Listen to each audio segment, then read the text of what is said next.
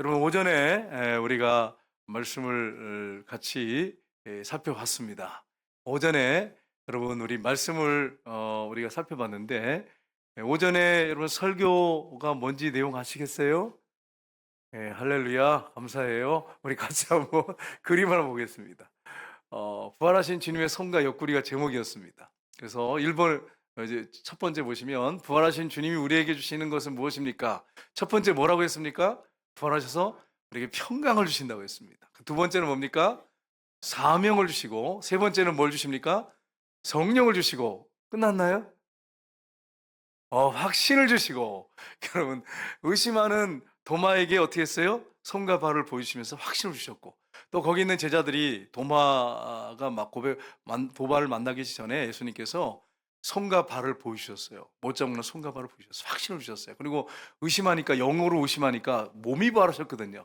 그래서 여기 뭐 먹을 게 있느냐 그러시더니 생선한 토목을 드리니까 드시면서 영은 살과 뼈가 없지만 너희 보는 것처럼 나는 있느니라. 내 육이 부활했다 라고 하는 걸 명확하게 말씀하십니다. 세상에 많은 이단들이 있는데, 이단들은 기독교 계통의 이단들을 보면 영이 부활했다고 자꾸 얘기해요. 예수님이 뭐라고 하셔요? 영은 뼈와 살이 없지만 나는 있느니라. 고기를 드시고 몸이 부활했다고 하는 것을 확실하게 보여주셨습니다. 우리가 이 부활의 예수님을 확실하게 믿고 살아야 한다라고 하는 것을 우리가 오전에 살펴봤습니다. 근데 이제 오전 것도 기억이 안 나는데, 또 지난주 오후에는 뭘 했나 이렇게 하기 때문에 저는 참 부족한 게 많아요. 왜냐면 저도 잘 기억 못하는 게 많아서 같이 지난주 오후에는 뭘 전했는지 한번 살펴보겠습니다. 구원의 이름은 믿음에 대해서 우리가 살펴봤죠. 그래서 믿음의 구성 요소가 뭐냐? 첫 번째 뭡니까? 저쪽에 보시면 지적인 동의, 동의를 해야 합니다. 그래야 시작이 됩니다. 믿음이라고 하는 게. 그 다음에 확신. 근데 확신을 우리가 100% 가질 수 있느냐? 참 이게 흔들려요. 제자들 보시면 아시잖아요. 오늘 본문에도 흔들고 있는 베드로의 모습을 보세요. 네 믿음이 어디 있냐? 믿음이 이렇게 약하냐? 작으냐? 이렇게 말씀하시잖아요. 세 번째는 신뢰. 자신을 기꺼이 드리는 신뢰. 완전히 맡기는 거죠. 그 다음에 자신을 드리는 뭡니까? 헌신. 믿음이 있다고 하는데 헌신하지 않아. 여러분 참 이게 헌신만 신고 다녀. 우리 이러면 안 돼. 교회 오면서 맨날 헌신한다 그러면서 헌신만 신고 다녀. 그러시면 안 되고 헌신해야 됩니다. 믿음이면 행함이 나오잖아, 그죠? 헌신이 따른다. 그 다음에 믿음에 관여하는 영역은 뭐라 그랬습니까? 지성이 관여한다고 했어요. 그 다음에 감성, 감정도 따라옵니다. 그 다음에 또 하나가 뭡니까? 행동하는 의지. 그러니까 믿음이라고 하는 것은 반드시 행동하는 의지가 따라갑니다. 행함과 믿음은 같이 갑니다. 따로따로 존재하지 않습니다. 그 야고보 사도는 그걸 강조한 거예요. 믿음과 행위는 같이 가지 따로따로 떨어져 있지 않다. 그러면서 영혼 없는 몸이 준 것처럼 행함이 없는 믿음은 준 거다. 이렇게 하나로 봤어요. 베드로 야고보 사도가 바울 사도 같은 경우에는 믿음이 뭔지를 정확하게 보여주기 위해서 믿음을 강조한 거예요. 근데 우리가 오해하시면 안 돼요. 바울 사도와 야고보 사도 주장이 틀리다 그런 게 아니라, 바울은 무엇으로 구원받느냐, 믿음이 뭔지를 명확하게 보여주기 위해서 계속 강조했던 거고, 야고보는 진짜 믿음은 어떤 믿음이냐, 구원 믿음과 행위가 같이 가는 게 이게 진짜 믿음이다, 이렇게 보여주는 거예요. 그러니까 여러분이 야고보서 보면서 바울 서신서를 보면서 갈라디아서나 로마서 보면서 헷갈리지 마시고 이 부분을 여러분이 잘 정리하셔야 합니다. 오늘은 설교 제목이 여러분 주보에 나와 있죠. 오늘 제목이 뭐죠, 여러분? 확신입니다. 확신. 구원의 확신에 대한 다양한 견해들이 있어요. 그래서 이 부분을 우리가 좀 살펴보기 원하는데, 다양한 견해를 살펴보면서 그러면 구원의 확신을 갖고 살 수 있느냐, 이 부분을 우리가 함께 살펴보긴 합니다. 여러분, 구원의 확신의 다양한 견해, 첫 번째가 뭐냐면 이거 보시면 이런 견해를 갖고 있어요. 기독교 계통에 많은 이단도 그렇고 뿐만 아니라 가톨릭도 그렇습니다. 그래서 첫 번째가 뭡니까? 확신에 대한 다양한 견해 첫 번째가, 구원의 확신을 갖는 것은 어떻다고요? 불가능하다고 하는 견해. 근데 이분들이 뭘 그러면 가지고 이야기하냐면 성경 가지고 얘기합니다. 성경 가지고 얘기하는데, 여러분이 기억할 것은 뭐냐면 우리하고 다른 카톨릭이나 아니면 어떤 우리 교파가 다르다든지 이런 분들을 보면 다 성경 가지고 얘기하거든요. 그러면 그분들이 주장하는 이제 성경이 뭐냐? 한번 보겠습니다. 마태복음 7장 21절 23절 보겠습니다. 같이 읽겠습니다. 나더러 주여 주여 하는 자마다 다 천국에 들어갈 것이 아니오, 다만 하늘에 계신 내 아버지 뜻대로 행하는 자라야 들어가리라. 그날에 많은 사람이 나더러 이르되 주여 주여 우리가 주의 이름으로 선지한 옷을 하며 주의 이름으로 귀신을 쫓아내며 주의 이름으로 많은 권능을 행하지 아니하나이까 하리니 그때 내가 그들에게 밝히 말하되 내가 너희를 도무지 알지 못하니 불법을 행하는 자들아 내게서 떠나가라 하리라. 아멘. 여기서 예수님이 마지막 심판 때에 교회 다니는 사람들이 와서 안 믿는 사람들 주님이라고 안 부르잖아요. 뭐 부를 수도 있겠죠. 왜냐하면 심판의 보좌 앞에 있으니까 주님이라고 부를 수 있겠죠. 근데 그때 많은 사람들이 와가지고 뭐라고 하냐면 주여 주여 우리가 주의 이름으로 선지한 옷하라고, 이 다른 말로 하면 목사 일을 했다는 거예요. 주의 이름으로 귀신을 쫓아냈습니다. 주의 이름으로 많은 권능을 행하지 않았습니까? 근데 그 주님 뭐라고 아주 단도직입적으로 딱 잘라서 말씀하십니까? 난 도무지 알지 못한다. 이게 무슨 말인지 여러분 아시겠어요? 이게 뭐냐면 주님을 우리가 사모해가지고 막 기도하면 은사를 받습니다. 은사를 받아 귀신도 쫓기도 하고 많은 권능을 행하기도 합니다. 그런데 정작 예수님이 내 마음에 나의 삶의 진짜 주인이고 왕이냐, 그분의 통치에 따라서 살고 있느냐, 이걸 점검하라는 거예요. 근데 많은 경우에 보면 안 그래요. 안 그래요. 예수님을 믿는다고 하고 모셔졌다고 하는데 자기 야망을 쫓아 살아요. 자기 욕심을 따라 살아요. 목사님들도 그럴 경우도 있어요. 많아요. 성도님들도 많고요. 그러면서 자기 욕망, 자기 욕심대로 막 살아요. 그러면서 마지막 날에 주님, 아유 주님, 내가 주님 귀신도 쫓고 목사 일도 했고요. 이런 일 했고 저런 일 했고요. 그런데 주님이 모른다 그러세요. 왜 그런지 아세요? 주님과 동행하진 않았어. 주님이 주인이고 왕이면 동행해야 되는데 주님과 함께 걷질 않았어. 동행이란 말은 함께 걷다는 얘기예요. 늘 여쭤보고 또 그분이 말씀하시고 순종하고, 물론 100% 우리가 할 수 없어요. 넘어지기도 하고 쓰러지기도 하는데 그분과 늘 동행하는 삶이 없었던 거예요. 여러분 생각해 보세요. 제가 이제 예를 들어서 우리 유장로님하고 내일 이제 어디 서울 가기로 했어요. 예를 든다면. 그래서 서울 유장로님하고 이제 서울을 가는데 차를 탔는데 몇 마디 하고 대화를 안 했어. 별로 대화를 안 했어. 그리고 서울을 내려오면서 또 대화를 조금 하고 대화를 안 했어. 그러면 여러분, 유 장로님하고 제가 동행한 겁니까? 안 한 겁니까? 굉장히 애매하네. 그러면 이렇게 하기 좀 어려운 것 같은데, 여러분 부부가 있어. 부부가 있는데 아침부터 저녁까지 말 한마디도 안 해. 그냥 밥 먹었어요? 밥 먹었나? 아, 먹었어요. 그리고 그 다음은 얘기가 없어. 분명히 같이 있어요. 같이 있어요. 근데 다른 방향을 보고 있어, 항상. 그리고 당신 나 알잖아. 그러면 아내가 뭐라 할까요? 나 돈 벌어서 잖아 그러면 아내가 뭐라 할까요? 당신이 돈은 벌어들지 모르겠지만 나는 당신하고 정말 이 사랑도 없고 정도 없고 난 못 살겠어. 이렇게 할까요, 안 할까요? 아, 예, 우리는 안 해요. 우리는 안 해요. 우리 성전교회 성도님들이 그러면 난리 납니다. 그러면 안 되지. 아니, 말 안 한다고 그렇게 헤어지면 되겠어요? 근데 여러분, 그 뉴스 같은 데 가끔 보면 그런 일이 있어요. 남편이 아주 계획적인 사람이에요. 그래서 새벽부터 나가서 헬스장에 가서 운동을 하고요. 직장을 출근합니다. 그래서 막 열심히 일하고 저녁에도 뭐 회식 이런 거 하면 가지만 안 그러면 헬스장에 또 헬스하고 그리고 저녁에 들어와요. 집에 들어와서는 또 아내하고 할 일이 없어요. 왜냐면 할 얘기가 없어. 왜냐면 몸이 너무 피곤해 가지고. 여러분 이해할 수 있어요, 여러분. 이해할 수 있죠. 충분히 이해할 수 있잖아요. 근데 아내만을 사랑하고 하나만을 위해서 그렇게 산다면 문제될 게 없어요. 근데 마음에 콩밭이가 있어. 그러다가 다른 여자한테 마음이 가 있어. 집에는 들어와 밥은 먹고 가. 근데 마음은 다른 여자한테 가 있어. 그럼 우리 권사님들 어떻게 하시겠어요? 걸렸어. 이제 제 목사 앞이니까 말도 못 하겠고 이걸 머리털 다 뽑아버립니다. 이렇게 하려는데 또 그렇게 또 그러면 안 되지요. 이렇게 하니까 또 말도 못 하겠고. 그리고 여러분 제가 말씀드리는 건 뭐냐면 예수님이 주인이 되고 왕이 되셔서 그분과 늘 같이 가는 거. 말을 많이 하든 적게 하든 그분과 늘 동행하는 거예요. 마음이 주님께 있는 거예요. 서로에게 마음이 있는 거야. 마음이 딴 데가 있지 않고. 그렇게 살아야 되는데 자신의 비전, 아마 막 그냥 교회 성장 막 부흥 막 해서 막 기적이 은사를 주시니까 기적이 일어나는데 자기 목표를 정하고 비전을 정하고 주님께 여쭤보지도 않고 주님 이거 해야 합니까? 말아야 됩니다. 놔라. 그러면 예, 그러면 놔야 되는데 자기 비전을 계획이나 비전을 세워놓고 거기를 향해서 계속 달려가요. 그러다 마지막에 주님 앞에 섰어. 난 너 모른다. 네가 네 욕심 가지고 네 욕심 가슴에 갖고 그것만 위해서 뛰다가 왔잖아. 너. 네 마음에 내가 있었냐? 내가 주인이었냐? 네가 언제 나한테 물어봤냐? 네가 결정할 문제에 있어서 언제든지 물어보고 네가 내 뜻에 따라 결정한 적이 있느냐? 이렇게 질문하면 할 말이 없어요.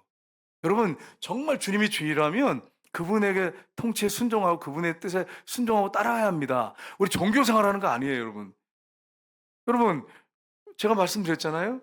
기독교인들이 교회에 막 예배 드리는데 어떤 분은 뭐 웃기다는 거예요, 교회에 오는 분들이. 왜냐니까 불교에 가서 똑같다는 거야. 기도하는 거 들어보면 와 우리 자녀 잘 되게 하세요. 뭐 남편 잘 되게 하세요. 뭐 잘 되게 불교 가니까 똑같이 그러고 있더래. 그 기독교하고 불교하고 다른 점이 뭐예요? 여러분 우리가 예수 믿고 구원받아서 구원받은 걸 끝난 게 아니에요. 그분을 주인으로 왕으로 모셔드리고 그분의 통치를 받아요.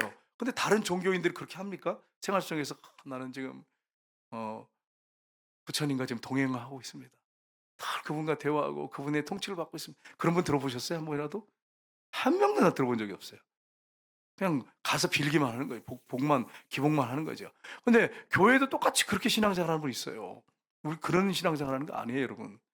예수님과 부활하신 주님과 우리 함께 하시니까 모셔드린 다음에 늘 동행하면서 대화하며 살아야 합니다. 그게 진짜 믿음인 거예요. 그다음에 빌립보서 2장 12절 볼까요? 같이 읽겠습니다. 그러므로 나의 사랑하는 자들아 너희가 나 있을 때뿐 아니라 더욱 지금 나 없을 때에도 항상 복종하여 두렵고 떨림으로 너희 구원을 이루라. 아멘.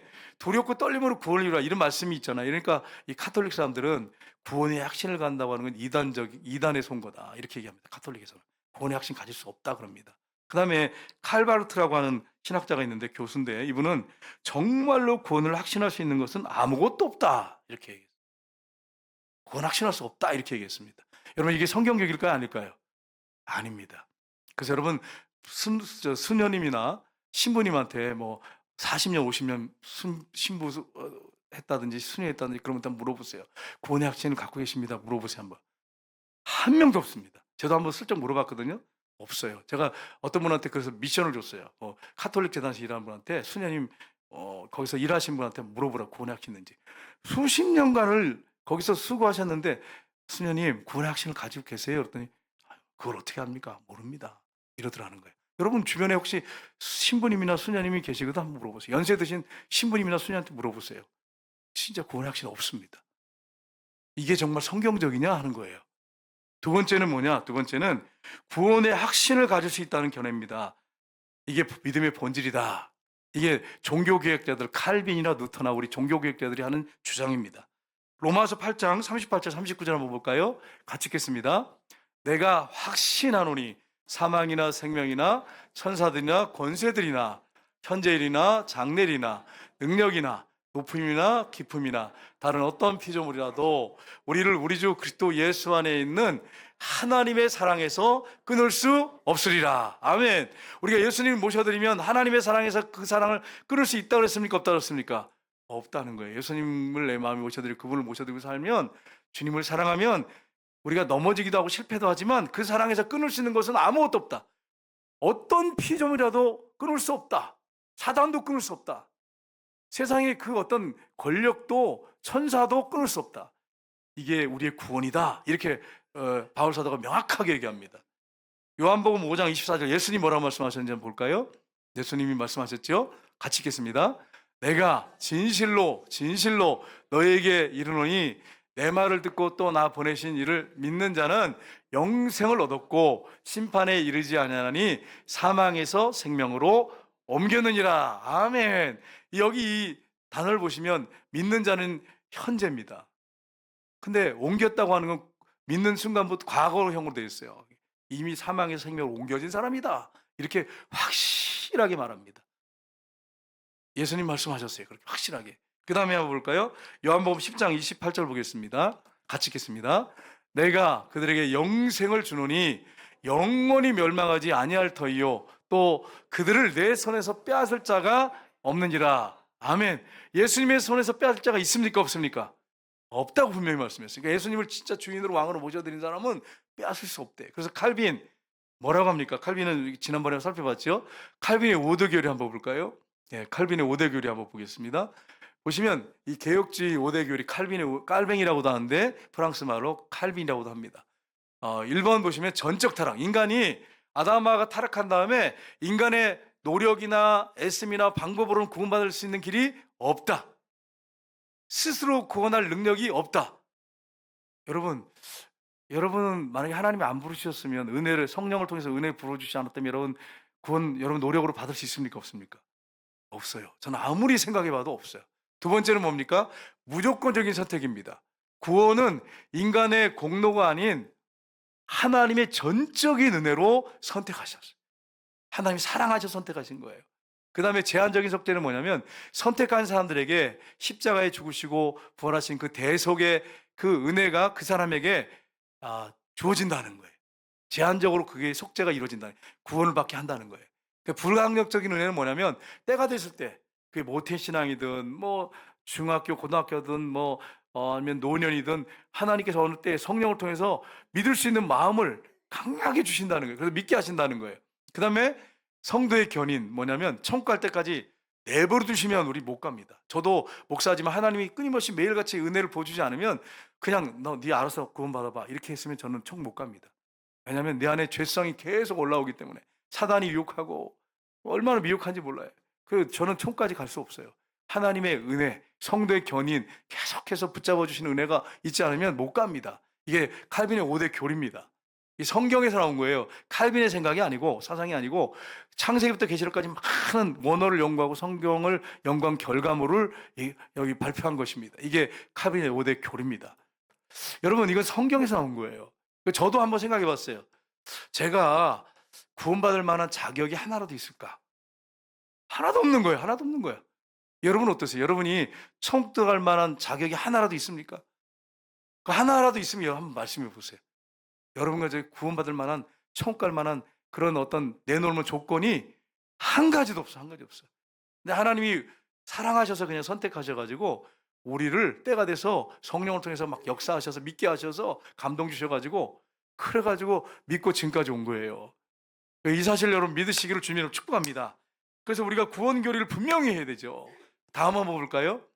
보시면 구원에 이른 믿음, 우리가 저번에 살펴봤습니다. 잘못된 공로주의, 이게 잘못, 1번 잘못된 거죠. 내 선행 50%, 믿음 50%, 그러면 구원. 그러니까 뭐가 포함되는 거죠? 인간의 노력입니다. 그럼 만약에 하나님의 심판 앞에 섰을 때 뭐라고 합니까? 하나님, 내가 얼마나 착하게 살려고 했었는데요, 얼마나 많이 도와줬는데요, 이렇게 나가는 거죠. 가톨릭 사람들은요, 선행을 할 때 있잖아요, 마음이 없어. 그런 분도 있어요. 물론 마음이 있어서 하는 경우도 있지만 마음이 없는데 구원받으려고 해요. 그 예전에 제가 한번 말씀드렸잖아요. 어떤 분이 지하철을 탔어요. 근데 다리가 너무 피곤하고 힘들어요. 다리가 아파요. 그런데 어떤 분이 타니까, 노인이 타니까, 이제 거기는 노약자석이 아닌데 여기 앉으세요. 그리고 그분이 그랬어요. 솔직하게, 나 너무 힘들어가지고 마음은 막 화가 난대. 근데 내가 구원받으려면 노력을 해야 하기 때문에, 선행을 쌓아야 하기 때문에 앉으라고 했다는 거예요. 이게 본심입니까? 억지로 한 겁니까? 누구를 위해서 한 거죠? 그 노인을 위해서 한 겁니까? 자기를 위해서 한 겁니까? 자기를 위해서 한 거예요. 그래서 여러분, 많은 경우에 보면 이 TV에 이제 이렇게 연말 되면 이렇게 돈을 이렇게 기부하는 분들 있잖아요. 그걸 막 띄워주잖아요. 어느 회장님, 사장님 얼마 이러면 막 돈이 쌓인대. 근데 그거를 안 한 적이 있었어요. 돈이 딱 떨어져 버린 거예요. 방송 안 하니까. 누구를 위해서 구제하는 거예요? 자기를 위해서 하는 거예요. 자기를 위해서. 억지로 하는 거 하나님 모르실까요? 아세요. 구원받기 위해서 하는 거예요. 이래 구원 못 받아요. 그 행위 50%, 믿음 50%, 이거는 자기 인간의 노력이 들어가는데, 문제는 뭐냐면 진심으로 하지 않기 때문에, 속에서 나온 진심으로 하지 않기 때문에 구원받을 수 없어요. 그리고 혹시 그렇게 했다고 해도, 하나님 내가 그렇게 얼마나 착하게 살았는데요, 50% 자랑하는 거죠. 저 사람하고 나하고 비교해 보세요. 나는 의롭게 살았어요. 얼마나 노력했는지 아시잖아요. 그래서 자랑하게 되는 거죠. 이게 아니라는 거예요. 그 성경적인 구원은 어떠냐? 오직 은혜인데, 하나님이 은혜로 우리에게 뭘 선물로 주신다고 했습니까? 2번 보세요. 하나님 은혜로 선물을 주시는데 믿음을 주세요. 믿음을. 그래서 하나님의 은혜로 믿음을 선물로 주시는데, 이 선물이 통로입니다. 구원받은 통로고 손입니다. 받는 손입니다. 그래서 여러분, 전적인 하나님의 은혜로 믿음으로 구원받습니다. 이게 하나님 우리에게 주신 큰 은혜죠. 그러니까 하나님 앞에 서면 여러분과 제가 자랑할 게 있습니까? 없습니까? 없어요. 일도 없어요. 자랑할 게 아무것도 없어요. 나는 아무 공로 없습니다. 다 하나님의 은혜로 내가 이 자리에 왔습니다. 그러니까 여러분, 교회 안에서 자랑하고 교만하고 막 자기 일을 나타내고 그렇게 하면 안 되는 거예요. 왜냐하면 우리는 우리 노력이나 공로로 가는 게 아니에요. 하나님의 전적인 은혜, 그 은혜로 가기 때문이에요. 겸손하게 그래서 하나님을 섬겨야 되는 거예요. 그래서 여러분, 이런 확신을 가지고 살아야 된다. 그럼 세 번째는 어떤 게 있느냐, 견해가 있느냐면, 세 번째는 같이 읽겠습니다. 구원의 확신이 믿음의 필요서는 아니지만 확신을 소망해야 한다는 견해입니다.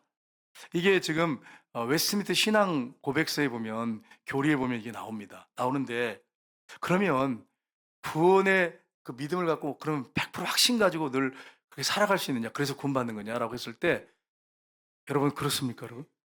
아니, 흔들리잖아요. 확신을 갖는 건 맞아요. 확신을 갖고 살아가는 건 맞는데 흔들리는 경우도 있고 바닥을 치는 경우도 있어요. 그래서 막 회의에 빠져가지고 막 갈등하는 경우, 교회 억지로 나오는 경우도 있어요. 우리 연약함이에요, 그게. 그럴 수 있다는 거예요.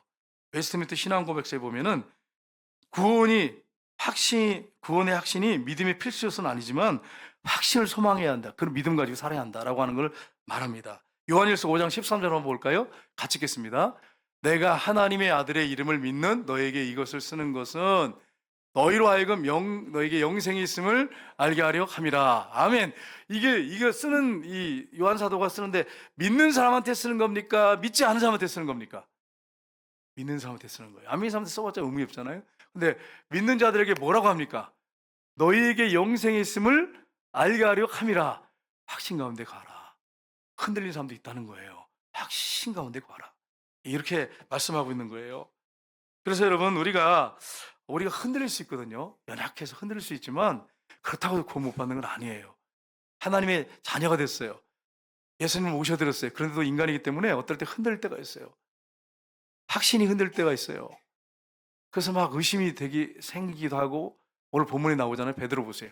의심이 생기기도 하고 이럴 수가 있습니다. 연약함입니다. 자, 그러면 믿음과 확신 관계를 한번 우리가 살펴보긴 합니다. 믿음과 확신의 관계인데, 자, 믿음과 확신의 관계를 살펴봐야 되는데, 첫 번째 같이 읽어보겠습니다. 의심의 반대는 확신입니다. 불신의 반대는 믿음입니다. 여러분과 제가 늘 생각했던 건 뭐냐면, 의심의 반대는 뭐라고 생각했습니까? 믿음이라고 생각했어요.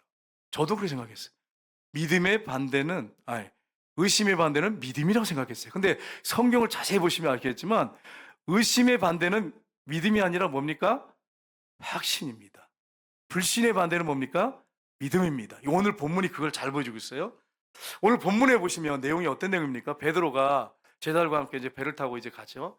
갈릴리 바다를 가는데 태풍이 막 불기 시작했어요. 막 파도가 막 있는데 막 물이 막 배 안에 들어오니까 막 퍼내고 오바이트하고 막 난리가 났습니다. 막 정신을 못 차리겠어요. 근데 그 풍랑이는 바다 위를 누가 걸으시죠, 여러분? 예수님이 터벅터벅 걸으시는 거예요. 그러니까 여러분 마가복음하고 다 연결해서 보시면 유령이다 이랬어요. 어떻게 막 그 풍랑이는 바다를 막 걸으니까 여러분, 이게 풍랑이 무서운 게 아니라 귀신이 더 무서워. 허연 게 막 이게 뭐야? 이렇게 유령이다 그랬어요. 여러분 성경에 보시면 나와요. 유령이다. 그러니까 예수님이 뭐라고 합니까? 내니 두려워하지 말아라. 그러니까 요한이 예수님이다. 그러니까 베드로가 뭐라 합니까? 주여, 만일 주님이시거든, 오늘 본문에 나오죠. 나를 물 위로 오라 하소서. 그러니까 오라 그랬어요. 그러니까 베드로가, 여러분 같으면 하시겠어요? 여러분, 베드로 형님 욕하시면 안 돼요. 여러분 그렇게 풍랑이는 바다 뛰어내릴 수 있어요, 없어요? 그냥 바다가 아니야. 수영 조금 하는 사람은 그게 아니고 풍랑이는 바다를 뛰어내릴 수 있어요, 없어요? 못해요. 무서워. 그것도 밤바다. 얼마나 무섭겠어 한번 생각. 제가 밤바다 봤는데 얼마나 무서운지 몰라요. 파도 치는 밤바다 정말 무섭습니다. 근데 뛰어내렸어요.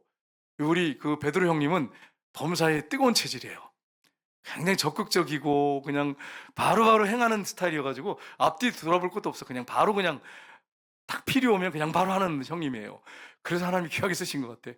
그래서 딱 뛰어내렸어요. 근데 바람이 막 불고 막 파도가 있으니까 얼마나 두렵겠어요, 여러분. 저도 두려울 것 같아요. 그러니까 의심이 생겼어요. 의심이. 내가 이게 뭐 하는 거야 지금? 이거 내가 물에 걷는 거야? 그러니까 그냥 쭉 그냥 물속으로 빠져들어가는 거예요. 예수님이 손을 잡으셨어요. 주여 구원하소서. 그러니까 손을 잡아서 끌어올리셨어요. 그리고 배에 타셨어요. 베드로한테 뭐라고 하셨어요, 주님께서? 한번 볼까요? 14장 31절 보겠습니다. 같이 읽겠습니다. 31절. 예수님이 즉시 손을 내밀어 그를 붙잡으시며 이르시되 믿음이 작은 자여 왜 의심하였느냐 하시고 아멘. 이렇게 했으면 여러분 예수님이 뭐라고 하셔야 될까요?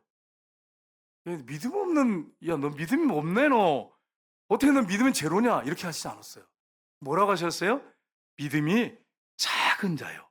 믿음이 없다는 얘기예요, 있다는 얘기예요? 있다는 얘기예요. 믿음은 있어요. 구원 없는 믿음도 있고 생활의 믿음도 있어요. 근데 믿음이 너무 작다는 거야. 네 믿음을 이렇게 작냐 너. 이렇게 말씀하셨어요, 여러분.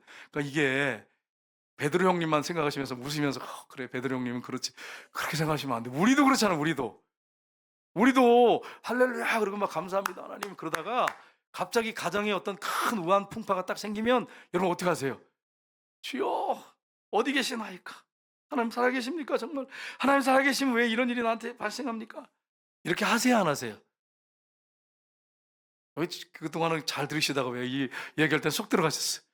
이게 우리의 현실이에요. 우리의 믿음이 항상 이렇게 막 충만해가지고 막 해가지고 환난 와라 하나님 나 환난을 좀 주세요 나 감당할 수 있습니다. 이게 안 돼요. 우리는 솔직히 얘기해서요. 이게 안 돼요. 그래서 환난이 오면 베드로 형님처럼 될 때가 많아요. 그럼 우리 주님이 베드로한테 똑같이 말한 것처럼 우리에게도 말씀하십니다.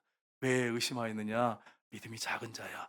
여러분과 저에게 하시는 말씀이에요. 여러분 베드로 형님한테만 하시는 게 아니라 여러분과 저한테 하신 말씀이에요. 여러분 지금 현실에 지금 어려움을 겪고 있는데 주님이 살아계시면 어떻게 나한테 주님이 사랑하신다는데 사랑하시면서 왜 이렇게 하세요? 이런 분이 계시면 여러분 지금 믿음이 작다고 주님 앞에 책망받고 계세요. 믿음이 작아요. 그러니까 여러분 의심의 반대는 믿음이 아니고 뭐예요? 확신이 없는 거야. 흔들리는 거야. 불신의 반대는 뭡니까? 믿음이에요. 그러니까 구원받은 사람도 흔들릴 수 있고 믿음이 작을 수 있어요. 주님 앞에 책망받을 수 있어요. 구원은 받는데 책망받을 수 있어요. 그러니까 여러분이 이런 믿음을 성장시키려면 생활의 믿음을 성장시키려면 말씀을 열심히 읽고 묵상하고 큐티하시고 하셔야 합니다. 그러니까 여러분 우리 중에도 목사님 이번 한 주간 나도 흔들렸어요. 나도 믿음이 작았어요. 그렇다고 구원 잃어버린 건 아니에요. 예수님을 영접한 다음에 구원을 잃어버린 게 아니라 믿음이 작아진 거예요. 그래서 흔들렸던 거예요.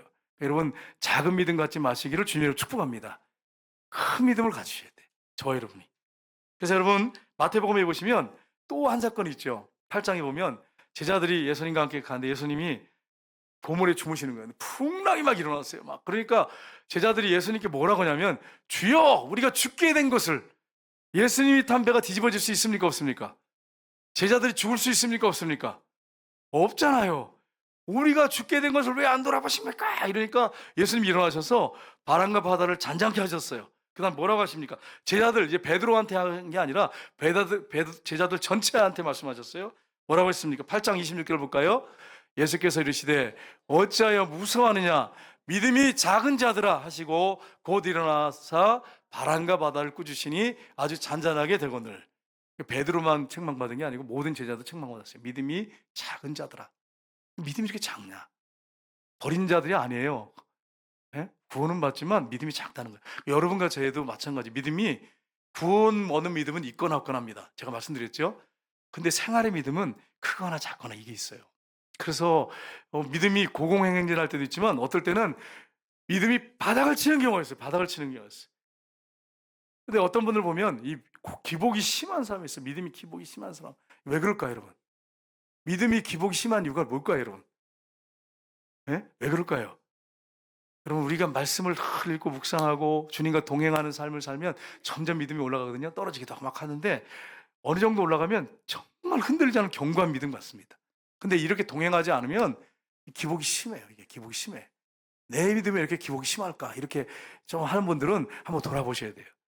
에녹이 여러분 65세까지는 형식적인 신앙생활을 했어요. 그러다가 정말로 주님을 인격적으로 하나님을 만난 다음에 300년을 하나님과 동행하며 자녀를 낳고 하나님이 그냥 천국으로 데려가셨어요. 우리의 믿음이 계속 성장해야 한다고 하는 걸 여러분 기억하셔야 돼요. 제자리에 머물러 있으면 안 돼요. 생활의 믿음은 계속 성장하셔야 돼요. 그러면 두 번째는 뭐냐면 확신이 없어도 믿음은 가질 수 있다는 거예요. 뭐라고요? 확신이 없어도, 그러니까 여러분 전혀 없다 그런 얘기가 아닙니다. 확신이 흔들리고 약해도 확신이 없어도 믿음은 가질 수 있다. 그래서 확신을 가운데 계속 나갈 수 있다는 거예요. 계속 긴가민가 하면서 계속 나간다는 거예요. 한번 우리 사진 한번 볼까요? 하나님께서 은혜로 믿음을 주십니다. 믿음으로 구원 받습니다. 의심할 수 있습니까? 없습니까? 있어요. 믿음이 작아지면 의심할 수 있어요. 믿음이 작아지면 의심할 수 있어요. 은혜로 믿음을 주셔서 구원을 받지만 믿음으로 구원 받습니다. 하나님 주신 믿음으로 구원 받는데 의심할 수도 있어요. 믿음이 약해질 수가 있어요.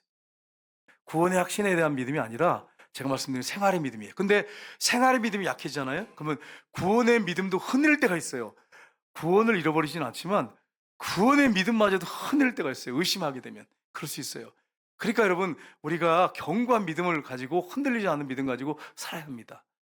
어떤 분은요, 보니까 구원 받았어요. 예수님 모셔드리고 구원 받았는데 가정에 막 엎친 데 겹친 대로 막 고난이 오니까 막 흔들리더라고요. 막 배가 요동치는 것처럼 막 흔들려요. 그러고서는 심지어는 구원받은 거 자기 확신했거든요. 이미 확신 갖고 살았어요. 근데도 그게 막 흔들리는 사람이 있더라고. 막 그게 잃어버리는 건 아니에요. 근데 흔들리는 사람이 있어요. 그래서 여러분, 이 부분 확신이 없어도 믿음 가질 수 있어요.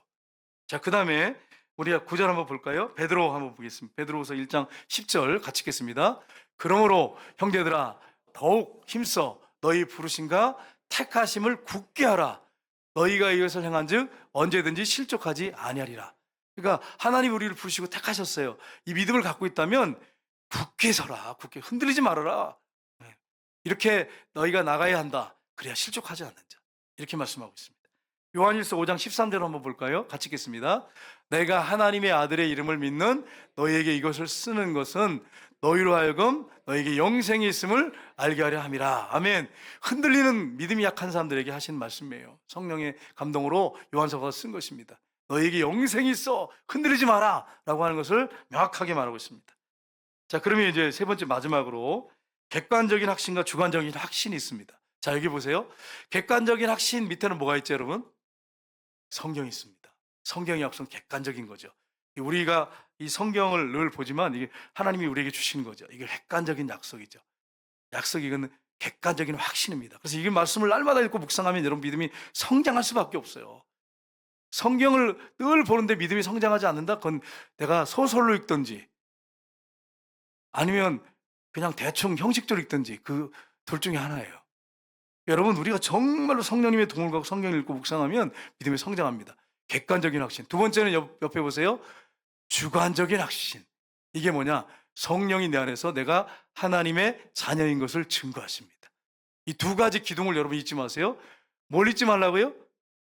두 가지 기둥. 네. 조라도 성령님이 오전에 운행하신다고 그래가지고 제가 조시는 분 한 분, 두 분 보이시지만 뭐라고 할 수가 없네. 그렇죠? 사랑하는 자에게 잠을 주시는도다 이런 또 말씀이 있어가지고 어떻게 할 수는 없지만 여러분 정신을 차리고 이 귀한 시간에 얼마나 귀한 시간입니까? 객관적인 확신은 뭐라고요? 성경 하나님 말씀. 여러분 이거 말씀 붙잡고 사셔야 돼요. 여러분 하나님 말씀이 꿀과 꿀송이보다 더 달도다. 하나님 말씀이 꿀과 송이꿀보다 더 달도다. 복 있는 사람입니다. 시편 1편에 보세요. 복 있는 사람은 악인의 길을 따르지 않으며 죄인의 길을 서지 않으며 오만한 자의 자리에 앉지 아니하고 오직 여호와의 율법을 즐거워하여 그 율법을 주야로 묵상한 자로다. 객관적인 하나님 말씀 붙잡고 묵상하면 여러분 그 사람은 시냇가에 심은 나무처럼 시절을 따라 열매를 맺으며 그 잎사귀가 마르지 않 같으니 그 행사가 다 형통하리로다. 말씀 안에서 형통의 길을 걸어가는 거예요, 여러분. 그 내적인 확신이 있다 그랬죠. 성령님이 내 안에서 내가 하나님의 자녀인 것을 알려주십니다. 우리가 믿음이 막 흔들릴 때가 있어요. 근데 엎드려 기도하면 성령님이 어떤 사람은 방언을 터뜨리기도 하고 그냥 아버지 막 아버지라 그러면서 쥐야 그러면서 막 눈물을 흘리면서 아버지 막 흔들리는데 막 믿음이 막 흔들리고 뭐 믿음이 약해져 있는데도 아버지 그러면서 막 울면서 막 이게 성령이 내적인 증거입니다. 그럼 성경 구절을 한번 봐야겠죠. 요한일서 5장 11절 13절 한번 보겠습니다. 또 증거는 이것이니 하나님이 우리에게 영생을 주신 것과 이 생명이 그의 아들 안에 있는 그것이니라. 아들이 있는 자에게는 생명이 있고 하나님의 아들이 없는 자에게는 생명이 없느니라. 내가 하나님의 아들의 이름을 믿는 너희에게 이것을 쓰는 것은 너희로 하여금 너에게 영생이 있음을 알게 하려 함이라. 아멘. 여러분 한번 생각해 보세요. 자, 이게 여러분이라고 생각해 보세요. 이 노트가 여러분이라고 생각해 보세요, 여러분. 근데 여러분이 마음의 문을 탁 열었어. 마음의 문을 열어가지고 이게 예수님이라고 생각해 보세요. 예수님을 마음에 이렇게 딱 모셔드렸어요. 자, 내 마음에 예수님 마음에 모셔드렸어요. 자, 노란 그 줄을 한번 읽어볼까요? 같이 큰 소리 읽어보겠습니다. 아들이 있는 자에게는 생명이 있고 하나님의 아들이 없는 자에게는 생명이 없느니라. 여러분을 예수님을 주인으로 왕으로 모셔드리면 여러분의 생명이 있습니까? 없습니까? 있어요? 없어요? 있습니다. 하나님의 아들이 없는 자, 예수님을 마음에 모셔드리지 않는 자는 있습니까? 없습니까? 없습니다. 그러니까 여러분이 정말로 주인으로 왕으로 모셔드린 사람은 여러분에게 이미 영생이 있습니다. 근데 믿음이 작을 수가 있어요. 확신이 흔들릴 때가 있어요. 믿음이 약해질 수가 있어요. 그걸 여러분이 염두에 두셔야 돼요. 우리가 한 주간 동안 살 때 항상 고공행진만 하지는 않습니다. 어떤 상황이나 환경이 부딪혔을 때 흔들릴 수 있어요. 그렇다고 구원을 잃어버리는 건 아니에요. 여러분이 예수님 주인으로 왕으로 모시면 구원을 잃어버리는 건 아니에요. 사탄이 구원을 뺏어갈 수 있는 게 있다 그랬어요? 없다 그랬어요? 없다 그랬잖아요. 생명이나 천사들이나 권세자들이나 이거 사탄이거든요. 천사도 권세도 세상에 어떤 것도 예수님을 주인으로 모셔드리고 사는 사람들은 구원을 뺏어갈 수 없다. 하나님의 사랑을 끊을 수 없다. 우리가 흔들릴 수 있다 없다? 있다. 흔들 수 있다는 거예요. 그렇지만 여러분과 제가 어떻게 해야 됩니까? 엎드려서 기도해야지요. 말씀 붙잡아야지. 그리고 나가야지. 왜냐하면 구원을 잃어버리는 게 아니니까. 한 주간 동안 우리가 그렇게 살아야 합니다. 흔들릴 수 있어요. 약해질 수 있어요. 주님한테 책망받을 수 있어요. 그러나 그렇다고 구원을 잃어버린 건 아니에요. 베드로처럼 제자들도 책망받을 수 있어요. 근데 그렇게 하면 될까요? 안 될까요? 안 되는 걸 사모하는데 이게 또 안 되네. 이게 그렇죠. 자, 우리 한번 성경 구절 한번 보겠습니다. 주관적인 성경의 확신이었어요. 이제 내적인 확신이죠. 16절 같이 읽겠습니다. 성령이 친히 우리 영과 더불어 우리가 하나님의 자녀인 것을 증언하시나니. 아멘. 여러분 하나님을 아버지라고 부르시죠? 아저씨라고 부르는 분 계세요? 삼촌 이러면서 하나님 삼촌이라고 부르는 분 계세요? 안 계세요? 없죠? 여러분 하나님을 아버지라고 부르시죠? 아빠 아버지로 부르시죠? 그게 성령이 내 안에서 들어와 사시기 때문에, 성령이 인치셨기 때문에 하나님을 아빠 아버지라고 부르게 하시는 거예요. 안 믿는 사람한테 가서 물어보세요. 하나님을 아버지라고 불러보라고 했어요. 미쳤냐 그러지. 그리고서는 그래 뭐 하나님을 아버지라고? 당신 아들은 뭐라고 부르는데? 아버지라고 불러. 촌수가 뭐야? 촌수가 이게. 아들은 할아버지라고 불러야지. 아들도 아버지, 손자도 아버지, 아버지도 아버지. 이게 왜 이렇죠, 여러분? 왜 이렇습니까? 촌수가 이상하잖아. 다 그냥 뭐 고조고 뭐 증조고 없어요. 다 아버지라 그래요. 왜 그렇습니까? 인간을 창조하신 창조주가 하나님이시기 때문에 아버지십니다. 인간이 하나님께로부터 왔기 때문에 다 모든 인류는 앞으로 다음 세대에 태어난 아이까지도 하나님을 아버지라고 불러야 돼요. 왜냐하면 하나님이 창조자고 모든 세대를 하나님이 생명을 주셨기 때문이에요. 그분에게서부터 생명이 시작되기 때문에 우리가 못했을 때, 어머니 뱃속에 있을 때 하나님이 우리를 창조하시잖아요. 그러니까 아버지가 누구세요? 하나님 아버지세요. 그러니까 아버지라고 부르게 되는 것은 우리 안에 성령이 계셔서 그렇게 부르게 하시는 거예요. 이게 내적 증거예요. 그 다음 볼까요? 갈라디아서 4장 6절 보겠습니다. 같이 읽겠습니다. 너희가 아들이므로 하나님이 그 아들의 영을 우리 마음 가운데 보내사 아빠 아버지라 부르게 하셨느니라. 아멘. 솔직히 여러분 연세 드신 분들은 아빠라고 부르기 힘들어요. 여기 박철천 장로님 하나님 아빠라고 부르실 수 있으세요? 없으세요? 이게 힘들어요. 장로님도 당황하시잖아. 이게 연세 드셨는데 하나님 아버지를 아빠라고 부르신 적이 없으신단 말이에요. 근데 뜬금없이 앉아가지고 기도하면서 이제 장로님 내일 새벽부터 아빠라고 부르세요. 그런데 한 번도 아빠라고 부른 적이 없어. 육신의 아버지를. 근데 하나님 아빠 이게 얼마나 이게 곤란한지 몰라요. 근데 기도 깊이 하는 가운데 하나님이 나 같은 죄인을 얼마나 사랑하신지, 독생자를 아낌없이 내주셔서 나를 위해 죽게 하시고 피 흘려 죽게 하시고 나를 구원하셨다는 사실을 더 깊이 깨닫고 기도하면 기도할수록 나중에는 아빠가 나와요. 저도 처음에는 안 나오더라고요. 왜냐하면 저도 아빠라고 우리 아버지를 불러본 적이 없어요. 아버지라고 불렀든지 그렇게 아버님이라고 불렀든지 이렇지 아빠라고 부른 적이 없어요. 여기 연세 드신 분들은 힘드실 거예요. 근데 계속 하나님께 가까이 나가다 보면 나중에는 아빠, 아버지라고 부르게 됐어요. 만약에 여기서 아빠라고만 했다면 여러분과 제가 지금 힘들 거예요. 근데 하나님이 뭐라고 말씀하셨어요? 이 성경에 아빠, 아버지라고 부르짖느니라. 안 되면 그냥 아버지라고 부르면서 하시면 됩니다. 그러나 더 가까워진 분은 아빠라고 부르실 수 있어요. 여러분 젊은 세대 여기 뭐 30대, 40대 이런 분들은 가능합니다. 왜냐하면 뭐 아빠 막 50대도 아빠라고 그러는 분도 있더라고요. 아빠 이러면서 이 친근감 있잖아, 친근감. 시아버지를 아빠라고 부르는 사람이 있나요? 나는 못 본 것 같은데 혹시 모르겠어요. 시아버지가 너무 가까워. 며느리 부르세요, 아빠라고? 장로님? 예? 부르세요? 거기 있다 그러잖아. 시아버지가 하도 잘해주니까. 그 시아버지가 잘못치면 아빠라고 부를 수 있을까요, 없을까요? 시아버지하고 장벽이 있으면 아빠로 부를 수 있을까요, 며느리가? 못 부릅니다. 못 부릅니다. 장로님이 잘하셨다는 얘기예요. 평소에 잘하시니까 며느리가 세상에 아빠가 따로 있는데 아빠라고 부른다잖아요. 부를 때도 있대잖아요. 이 친근감이 있으면 아빠라고 부를 수 있어요. 그러니까 여러분이 하나님이 모든 만물의 근원이시고 모든 생명이 하나님께로부터 시작됐다고 하는 사실이 확실히 믿어진다면, 나 같은 죄인을 위해서 독생자까지 아낌없이 내어줘서 나를 구원했다면 하나님을 아빠라고 부를 수 있는 거예요. 아버지라고 부를 수 있는 거고, 안 되면 아버지라고 부르시면 됩니다. 이게 성령의 내적인 증거입니다. 그러면 이 외적인 증거가 내적인 증거가 역시 확실히 갖고 계시다면 여러분 구원 받았습니까? 안 받았습니까? 구원 받았어요. 근데 믿음이 약해질 수 있고 작아질 수 있고 흔들릴 수 있어요. 확신이 흔들릴 수 있어요. 여러분이 이런 사실을 알고 한 주간 동안 혹시 흔들리더라도 너무 흔들려가지고 나중에는 불신자처럼 되지 말고, 그런 일은 없어요. 없지만 그렇게까지 내려가지 말고 여러분 조금 흔들리더라도 다시 중심을 잡고 주님 말씀 붙잡고 기도하면서 하나님 앞에 나갈 때 하나님 여러분의 손을 붙잡고 한 주간 동안 승리의 길을 걷게 하시는 놀라운 역사가 있으시기를 주님의 이름으로 축복합니다. 기도하겠습니다. 하나님 아버지, 우리가 연약